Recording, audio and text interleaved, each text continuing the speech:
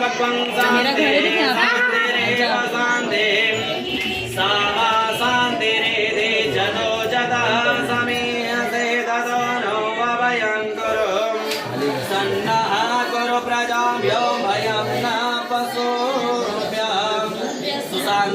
ध्यानार्थे हस्ताय पुष्पाणिं समर्पयामि हस्ते मार्गवा ऐसे आदमी शतपुर लेकर के गणेश जी वंदना करिएगा कपिलो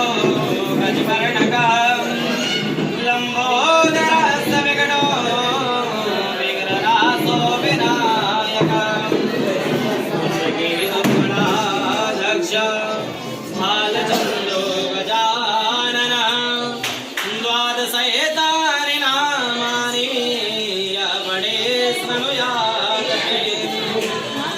विद्यारम्भे विवाहे च प्रवेशे निर्गमे तथा सङ्ग्रामे सङ्कटशैव विघ्नस्तस्य न जायते शुक्लां वरदं देवं शशिवर्णं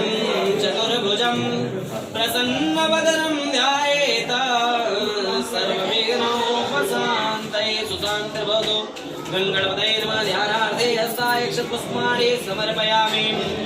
तत्रादौ ताम्बूलस्योपरि भागे अक्षतं परिवेशितात् विद्यमेव शुक्लपक्षादृश्य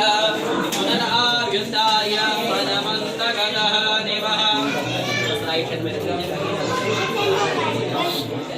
गृहाणते संवर्धते तणः निवर्तस्व